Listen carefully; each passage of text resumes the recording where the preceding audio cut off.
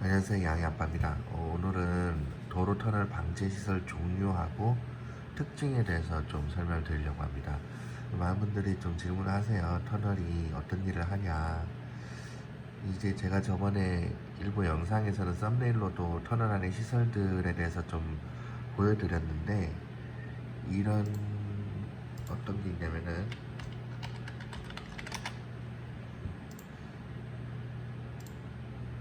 터널 시설로 네이버를 쳐보시면은 터널 안에 있는 이 시설물에 대해서 좀 보실 수가 있어요.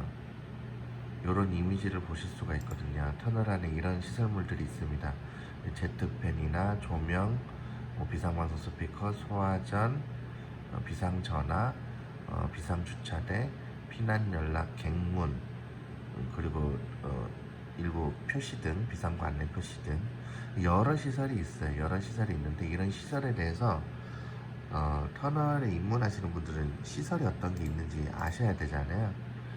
그래서 그러한 거에 대해서 크게 따지면 24가지 설비가 있어요. 그래서 이런 설비에 대해서 오늘 좀 알려드리고자 영상을 좀 준비했습니다.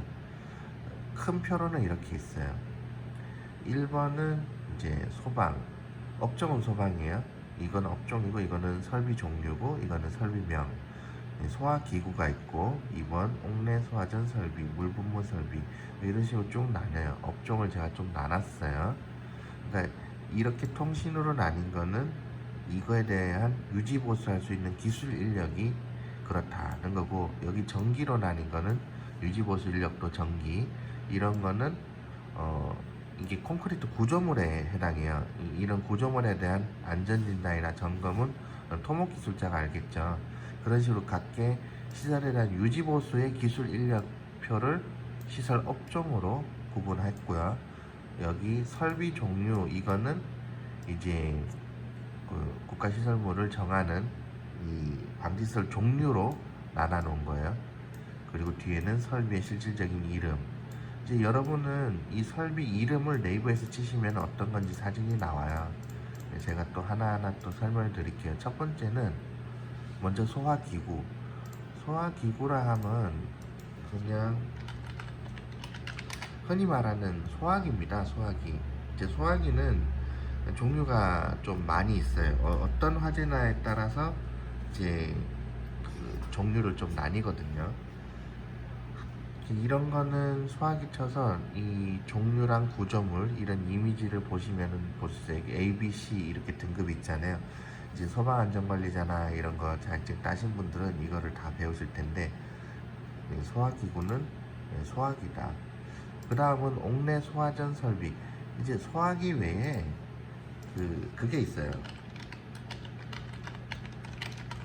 그 터널 안에 보면은 벽면에 문이 달려 있죠. 이런 문이 아까도 보셨지만은 벽에 있는 이런 소화전이 있어요. 요거요. 예. 이런 소화전 안에는 이 호수가 담겨 있습니다. 이렇게 보시면 호수가 담겨 있죠. 이 호수가 비상시에는 끌고 가야 되잖아요. 터널이 보통 40m 혹은 50m 간격으로 소화전이 설치되어 있는데, 이 소화전이 딱 소화전 앞에 차가 멈춰서 불이 나진 않을 거 아니에요. 그래서 이제 안에 호수가 감겨 있어요. 네, 그런 걸 옥내 소화전 설비다. 이거를 이제 작동할 때는 한 사람은 줄을 끌고 가고 한 사람은 틀어줘야 되거든요. 틀어놓고 저 가서 소화전 앞에 토출구를 잡으면은 날아다녀서 다쳐요. 네, 이거는 소방 안전 훈련을 하시는 분들은 다 아실 텐데, 소화전 하면 이런 거다. 세 번째, 물분무 소화설비. 이건 뭐냐면은 천장에 물이 뿌려져요. 이게 우리가 직접 분사를 하지 않고 자동으로 분사를 하는 거죠. 물분무 터널 물분무.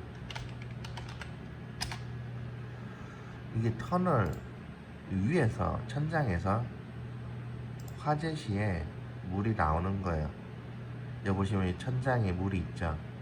그러니까 화재가 터널에 났는데 연기가 많이 난다, 혹은 우리가 접근을 할 수 없다, 소방관들이. 그러면 이제 관제실에서 이거를 조작을 수동으로 할 수도 있고 자동으로 보통 해놔요. 법이 자동으로 달게 되어 있기 때문에 연기가 감지되면은 자동으로 이 물 확산이 터져요. 일부 구간에만. 근데 이제 긴급사항에는 수동으로 작동하기도 해요. 왜냐면 이게 한번 터지면은 다시 물탱크에 물이 충전되기까지 시간이 걸리기 때문에 엄한데 잘못 터지면은 실제로 꼭 필요한데 터져야 되겠죠. 그래서 연기가 많이 나거나 할 때는 자동으로 어느 구간이 터지기 전에 이 관제실에서 일부 구간을 먼저 터뜨리기도 합니다. 물을 좀 아껴야 되기 때문에 물탱크가 한 방에 몇 톤이 몇십 톤이 쏟아지기 때문에 이런 게 물분무 소화 설비에 해당된다. 그 다음은 비상경보 설비예요. 비상경보 설비는 뭐냐면은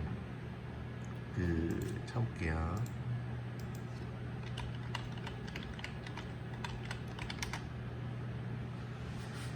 소화전에 보면은 이 스피커가 있어요. 스피커하고 위에 요 등이 있죠. 등. 예. 그리고 아파트 같은 경우에는 혹은 빌딩에는 시각 알람 표시 그런 것도 있어요. 어디 있냐?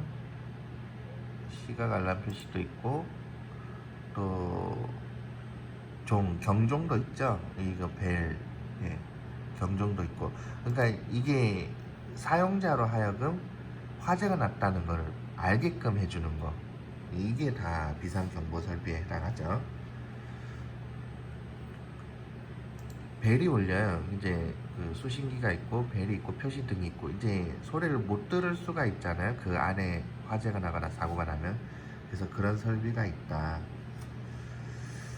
그거 외에 또 터널 안에 그게 있어요. 또 비상경보 설비에 포함되는 게 소화전 위치 표시 등이 있거든요.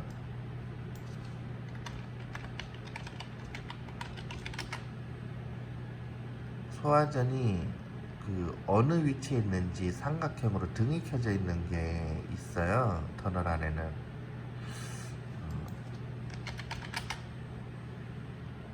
터널 안에 사진을 보면은 여기 있네.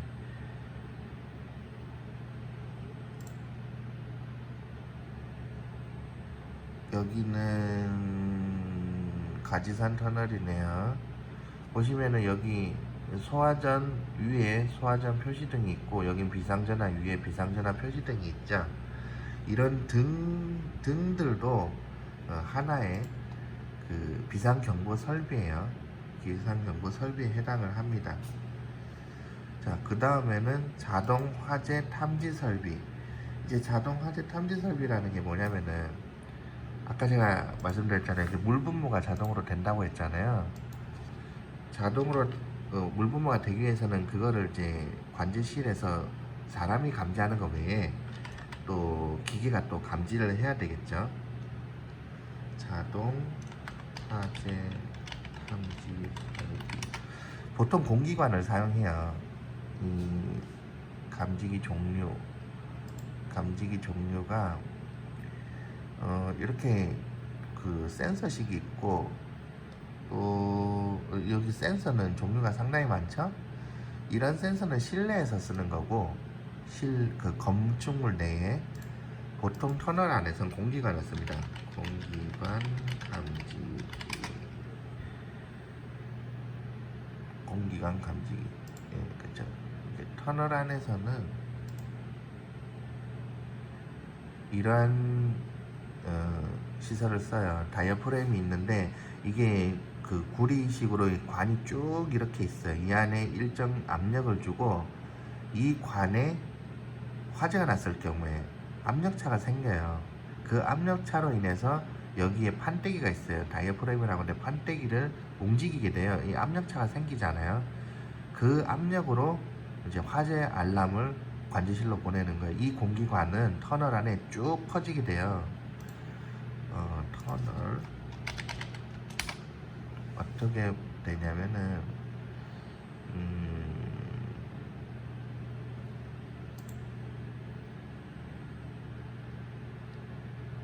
터널 천장에 공기관이 설치가 되거든요. 이 천장 중간에 있죠.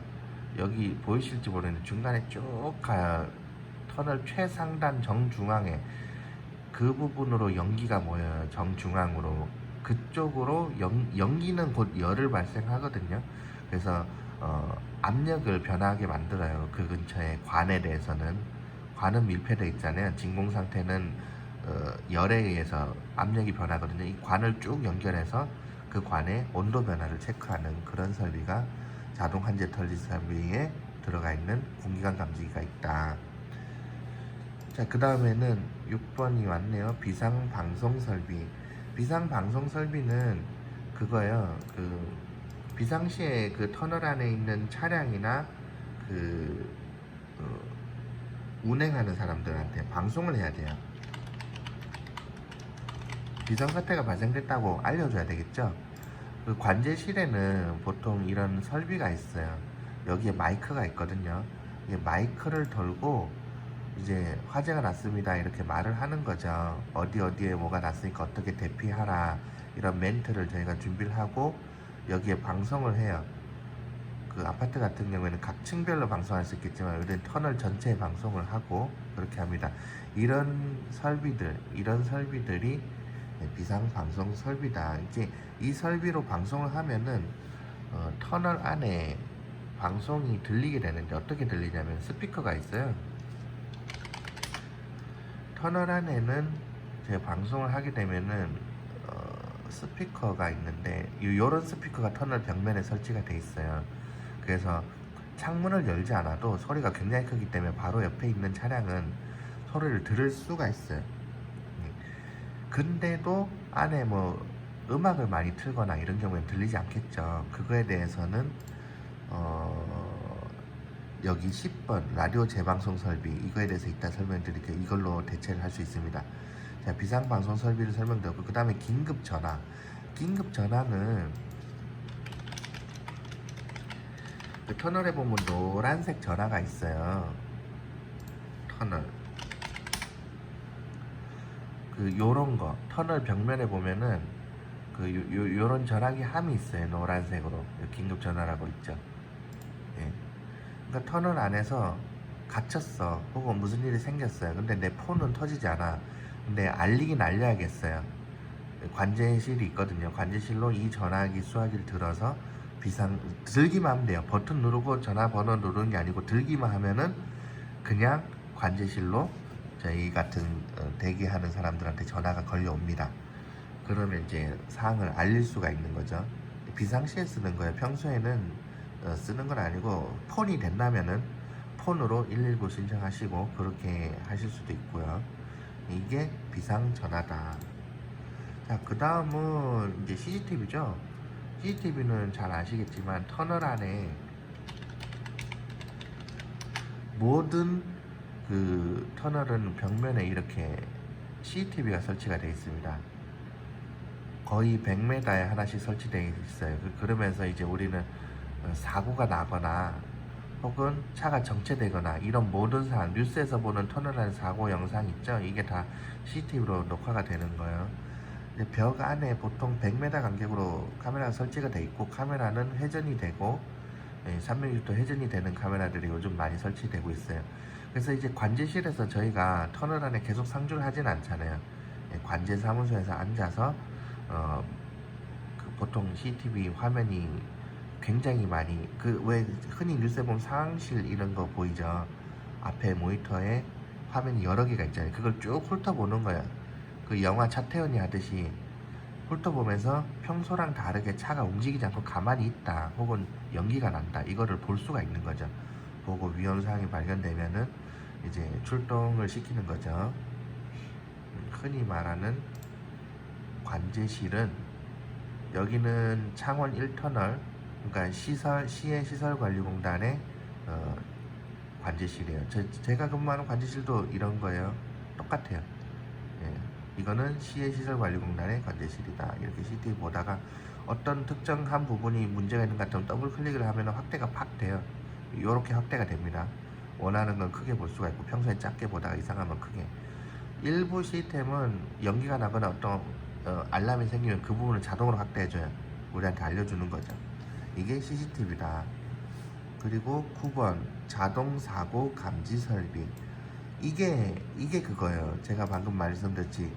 어떤 특정 사항 차량이 움직이지 않거나 멈춰 있다. 그럼 자동으로 팝업이 팍 떠요. 이게 자동 사고 감지 설비예요. 차량 사고나 어떤 사람이 걸어가도 그걸 탐지합니다. 터널 안에 사람이 더 걸어 다니면 안 되겠죠. 순찰 요원들 외에는. 그런 것도 감지를 하고, 그러니까 평소랑 다른 거를 감지를 하는 게 자동 사고 감지 설비예요. 그리고 통신 10번 라디오 재방송 설비. 이건 뭐냐면은 아까 화재가 나면은 방송을 한다고 했잖아요. 비상방송 설비. 그쵸. 근데 방송을 하긴 하는데 그 스피커로만 나온다 했잖아요. 근데 이거를 차 안에서 그 음악을 듣거나 이러면 안 들리잖아요. 그럴 경우에는 라디오 주파수를 사용해서 방송을 합니다. 물론 본인이 뭐 mp3나 뭐 유튜브나 다른 걸 보면은 방법이 없어요. 근데 라디오를 듣고 있다. 그러면 라디오 신호를 가로채서 라디오 방송 송출을 중단시키고 차량 안에 모든 채널의 주파수에다가 비상방송, 저희가 하는 방송을 송출을 해요. 그래서 터널 안에서 그 비상방송 스피커로 나는 소리 외에도 라디오를 통해서 저희가 하는 비상방송을 들을 수 있게 하는 거. 그러니까 라디오 주파수를 가로채서 재방송 설비죠. 저희가 혼선을 주는 거죠. 그게 라디오 재방송 설비다. 자, 그 다음 비상방송 정보 표시판 VMS LCS라고 하는데, 이거는 그거예요. 전광판이에요. 전광판. 왜 그 야구장 가면 전광판 있잖아요. 혹은 이렇게 도로 다니다 보면은 이런 거 보셨을 거예요. 이렇게 문구 나오는 거. 이게 VMS. 문구가 나오는 거는 VMS라고 하고, 메시지가 표시되는 게 VMS라고 하는 거예요. 그리고 LCS라고 했어요. LCS는 화살표가 나오는 거. 화살표. 그 차선 차선 전광판이에요. 차선 가변 차선.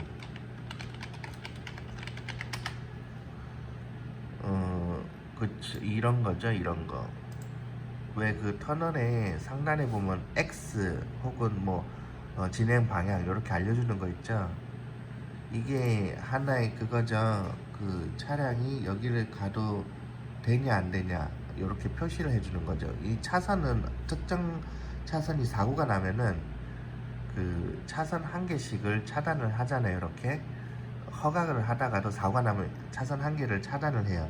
이런 표시를 운행자들한테 알려주는 거죠. 관제실에서 전방에 사고가 나면은 진입 첫 단부터 이걸 알려줘요. 그런 과정에 표시를 해주는 게 LCS 장비다. 이렇게 표시를 해주죠. 그래서 여러분은 이 화살표가 있을 때는 무시하시면 안 돼요. 그 물리적으로 여러분을 차단을 하진 않았지만은 이 표시 장치를 주의 깊이 보시고 터널에 다니셔야 됩니다. 문구도 마찬가지고요. 이런 장비가 LCS, VMS라. 자, 이제 물리적으로 차단하는 게 진입 차단 설비인데, 이 진입 차단 설비는 차단막이라고 하는데, 터널 진입 차단막.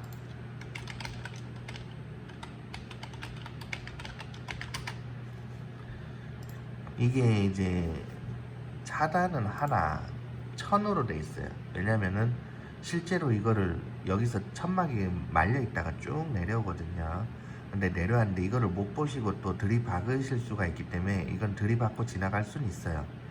그렇지만 이 정도 내려오면 사람이 인간적으로 멈춰야겠죠. 이걸 무시하고 앞에 차가 지나간다고 따라서 진입하면은 안 돼요. 터널은 후진을 못 하잖아요. 그죠? 전진하면은 끝이에요. 그래서 이게 내려왔다. 절대 진입을 하시면 안 됩니다. 앞차가 들어가더라도 본인이 멈춰야 앞차가 다시 후진을 할 수가 있잖아요.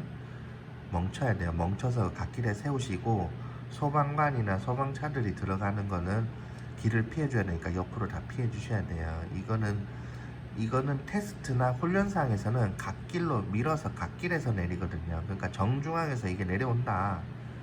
훈련상이 아닙니다. 절대 무시하지 마시고 차량 운행을 멈추셔야 돼요. 다른 차가 들어가는 것도 막을 수 있다면은 손짓을 해줄 수는 있겠죠. 위험한 상황이에요, 이거는. 자, 그 다음은 전기 설비인데 피난 대피 설비, 비상 조명등. 그 비상 조명등은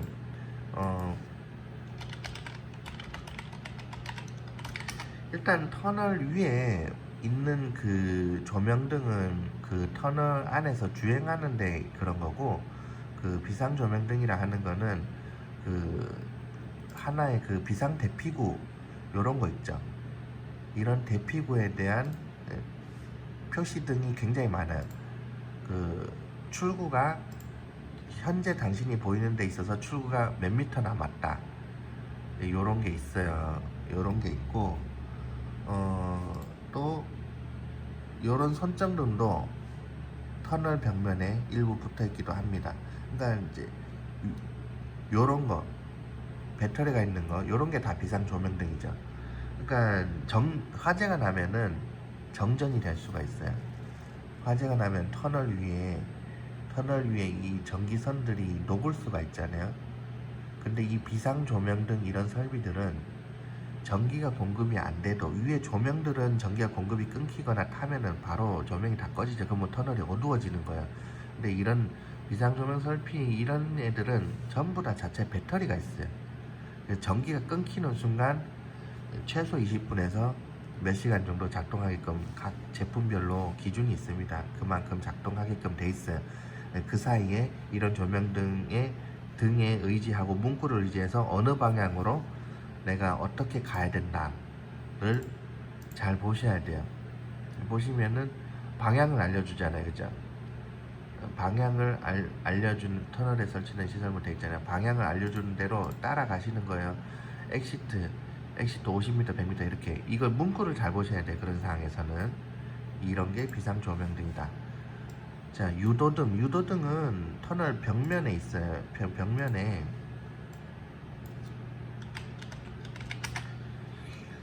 그 벽면에 보면은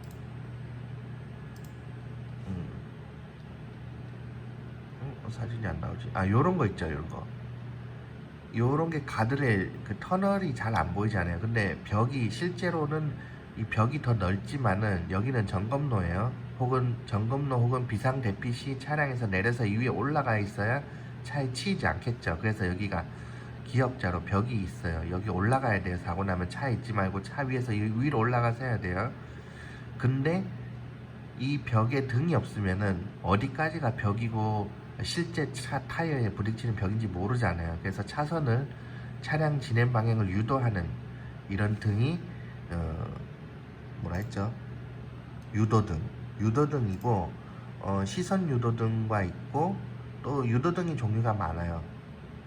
이거 외에도 터널에서 출구까지 사람을 유도하는, 아까 말씀드린 그런 거, 이것도 하나의 유도등입니다. 유도등. 요런 유도등들이 있어요. 유도등이 있고, 또 이제는 토목이에요.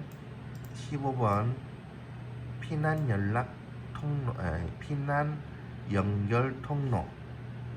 이게 객문이라고 하는데, 피난 연락 객문, 터널 안에 보면은 터널이 쭉 길게 가다가도 그냥 한 방향으로 쭉 가면은 이걸 차는 후진을 못 하잖아요. 그죠? 근데 사람은 빠져나와야 되잖아요. 근데 사람이 예를 들어서 터널이 긴데 그 터널을 길게 쭉 바로 다시 되돌아 오려면 차로 한참 진입해서 들어가는데 언제 나와요, 그죠? 그거에 대해서 중간중간에 객문을 만들어 놨어요. 이런 객문을. 이 객문을 통해서 문을 열면 어디로 나오냐면은 여기 보세요. 차선이 떠 보이죠? 반대 차선으로 갈 수 있어요. 이제 이 객문은 보통 400m 사이에 설치가 돼요. 400m마다. 이 객문의 문은 열면은 또 2분 정도 되면 자동으로 닫혀요. 1에서 2분. 그래서 그 화재가 났다 그러면 중간 객문을 찾으세요. 뒤로 뛰지 마시고 객문을 찾으셔야 돼요. 비상 대피 통로. 그 객문을 찾으면 차선 반대편으로 갈 수가 있고, 차선 반대편은 연기가 나지 않아요. 이 각 차선별로 상부에 제트팬이 있기 때문에 연기를 빼거든요. 근데 이 문은 또 자동으로 닫히기 때문에 연기가 일로 통하지 않아요. 왜냐면 이 문은 터널 상부보다 낮게 있기 때문에 연기가 일로 넘어가진 않기 때문에 이 통로를 통해서 반대편으로 넘어가셔야 생존 확률이 높습니다. 그 차가 들어온 방향 반대로 뛰면 안 돼요. 예, 이렇게 대피하실 수 있는 문이 피난 대피 설비 중에서 피난 연결 통로가 됩니다. 이제 문이 항상 있어요. 이게 1분에서 2분 내지 자동으로 닫혀요. 연기가 또 따라오지 말라고. 당하지 마시고 그냥 열고 나가면 돼요. 열고 나가서는 걸어서 뭐 가도 되지만은 그거는 본인이 알아서 하시고. 자, 그 다음 16번 피난 대피 터널. 피난 대피 터널. 이거는 이게 어떤 거냐면은 일부 터널들은 차량 진행 터널 말고 또 사람이 도보로 갈 수 있는 터널이 있어요. 차량 도로가 있으면은 이거 외에 사람이 또 걸어서 갈 수 있는 터널 뚫은 데가 있어요. 시설이 굉장히 큰, 규모가 큰 터널이 이런 게 있는 거죠. 요거죠. 최장 터널에서 화재가 나면 대피 터널로 이동해요. 규모가 큰 터널에서는 이런 또 사람만 다닐 수 있는 터널이 있습니다. 이거는 배후령 터널에 있네요. 여기 보니까 배후령 터널에 있어요. 국내에서 가장 긴 터널. 이게 2012년 기준이니까 지금은 더 긴 터널이 있어요. 이제 이것이 피난 대피 터널이다. 17번 격벽 분리형 피난 대피 통로. 이건 뭐냐면은 일반 터널에서 옆에 벽을 하나 또 놔둔 거예요. 잠깐만요.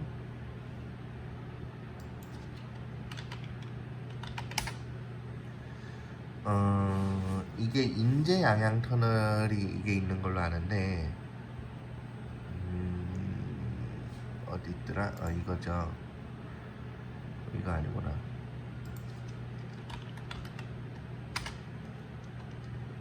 비상격벽 터널이 요런 거예요. 요런 건데, 요런 거고, 확실하게 있는 사진이 있을 텐데, 잠시만요.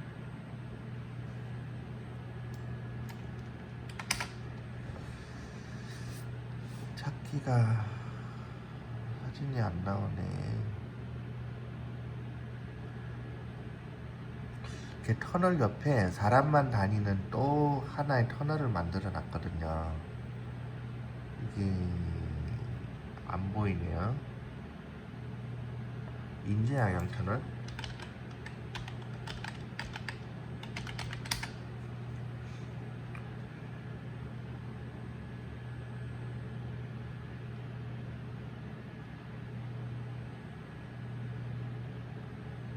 요거는 제가 보여드리려 했는데 사진이 안 나오네요. 이게 어떻게 되는 거냐면은 터널 옆에 또 다른 작은 터널을 뚫었어요. 이 옆에 보면은 이게 보통 터널이 이렇게 있잖아요. 이 비상구로 나가면은 반대편 나가는 게 아니라 이 옆에 여기 이 점검로라고 했잖아요. 올라가는 부분. 이 부분에 사람이 다닐 수가 있잖아요. 여기에 다시 벽을 친 거예요. 그 벽 안으로는 연기가 들어오지 않게. 그래서 이 안으로 다닐 수 있게 한 게 비상격벽 터널인데 이게 사진을 못 찾겠네요. 이거에 대해서는 다음에 사진을 한번 찾아볼게요. 그 다음 비상주차대로 넘어갈게요. 비상주차대는 터널 안에 보면은 차량을 임시로 설 수 있게 하는 그 공간이 마련돼 있어요. 요렇게 진행 차선이잖아요. 근데 차가 중간에 잠시 설 수 있게 이렇게 돼 있어요. 이게 600m나 500m 사이에 비상주차대라고 표시등이 있고 설 수 있어요. 응급사항에만 차량을 정차해야 돼요. 그래서 일반 차량들이 여기 잠깐 쉬어서 담배 피거나 뭐 그렇게 하는 휴식 공간은 아닙니다. 비상주차네. 비상시가 아닌데 주차하시면은 이건 소방법 위반이니까 조심하셔야 돼요. 함부로 주차하시면 안 됩니다. 이거는 비상용이기 때문에 그 본인이 이곳에 주차하면은 순찰 요원이 출동을 하게 돼요. 관제실에서. 본인이 비상사항인지 아닌지 관제실에서는 알 수가 없겠죠. 여기에 주차해서 옆에 보면은 관제실 전화번호가 붙은 스티커가 있어요. 이 터널에 관리하는 사무소. 비상사항이 있다면 거기에 전화를 하셔야 돼요. 혹은 119에 전화도 없이 차에 계속 앉아 계시면은 관제실에서 요원을 출동시킵니다.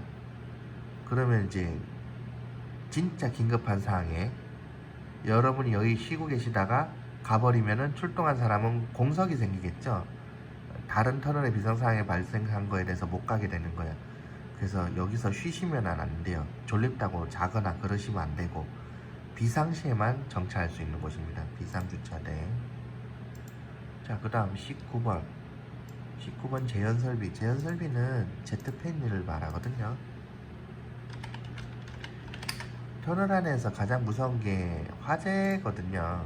이제 화재는 제트팬이 터널이 다 달려 있어요. 사진 제트팬이 달려 있는데 그 터널 길이에 따라 제트팬이 한계가 있을 수 있고 개수가 달라지고 크기가 달라지고 용량이 달라지고 제트팬이 아예 안 달리고 자연 통풍식으로 환기하는 식도 있고 또 수직객을 뚫어서 굴뚝식으로 해서 자연식으로 이렇게 나가게 하는 그런 것도 있어요. 그거는 이제 토목 설계하는 사람들이 이거 공학적으로 공기공학이죠. 공기역학 공학을 계산해서 개수를 달고 용량을 다는 거기 때문에 우리가 야 여기는 제트팬이 왜 안 달렸어? 제트팬이 왜 몇 개 달렸어? 이걸 왈가왈가 할 필요가 없어요. 이거는 우리보다 똑똑한 사람들이 설계를 한 거기 때문에 이거에 대해서는 화재가 났을 때 공기가 빠질 수 있도록 이 제트팬은 차량 주행 방향으로 화재가 났을 때 작동을 해요. 이제 내가 본능적으로 화재가 발생하면은 차들이 멈추면은 사람들이 거꾸로 반대 방향으로 뛰잖아요. 그 반대 방향으로 연기가 날아오면 안 되겠죠. 그래서 차량 진행 방향으로 바람을 불어서 연기를 내보내는 게 원칙입니다. 그래서 그것도 터널 출구의 제트팬부터 작동을 해요. 왜냐하면은 지금 터널 중앙에 사람이 있는데 거기부터 작동을 한다고 해서 연기가 나가지가 않아요.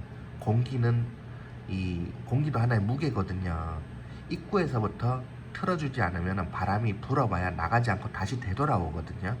그래서 입구에부터 순차적으로 제트팬을 작동합니다. 근데 그 순차도 실제로 중간에서 화재를 느낀 사람 입장에서 왜 연기가 빨리 안 나가지 할 수 있어요. 왠 제트팬 하나 가동하는데 완벽하게 헬리콥터 있죠? 헬리콥터 프로펠러 최대 속력 내려면 한참 걸리죠?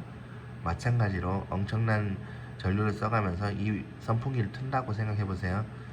최대 속도 낮까지는 시간이 좀 걸리겠죠. 이 제트팬도 마찬가지입니다. 출구 첫 단부터 돌리고 최대 출력 나오고 그 다음 단 돌리고 그 다음 그 순차로 돌리기 때문에 근데 결국엔 이 방식이 맞는 거예요. 동시에 다 돌리거나 최대 출력을 할 수는 없어요. 전기도 과부하되면 탈 수가 있기 때문에 그래서 이 제트팬은 그런 역할을 한다. 이게 재현설비 제트팬에 속한다.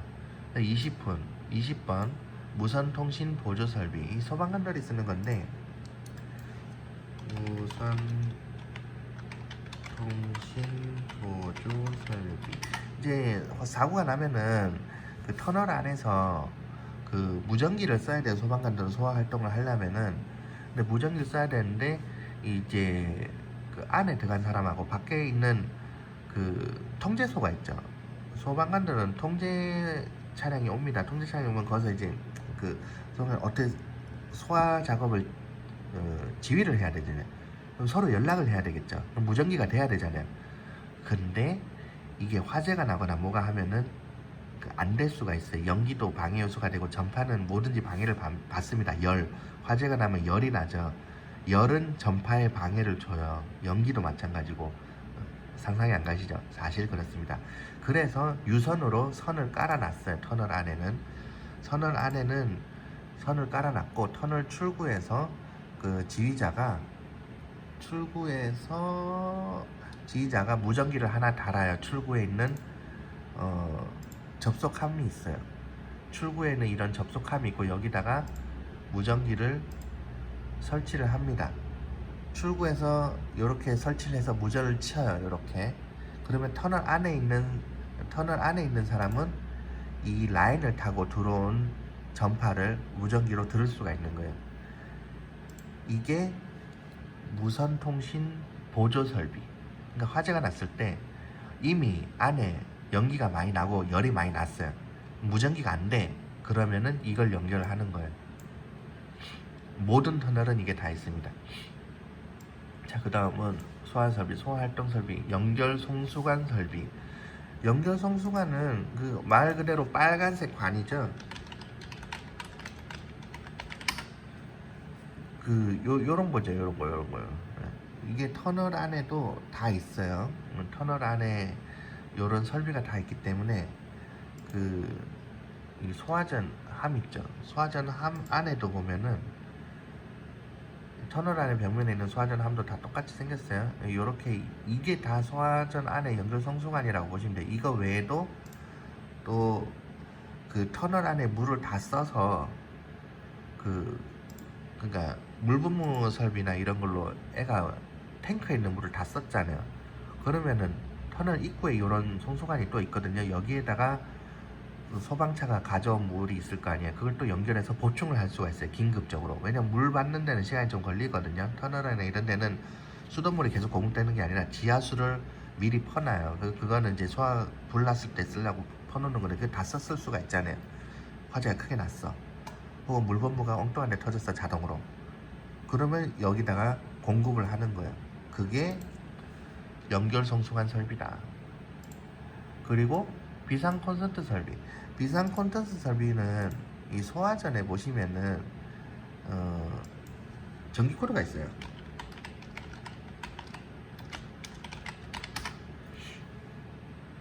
이 소화전 안에 여기 보시면은 소화전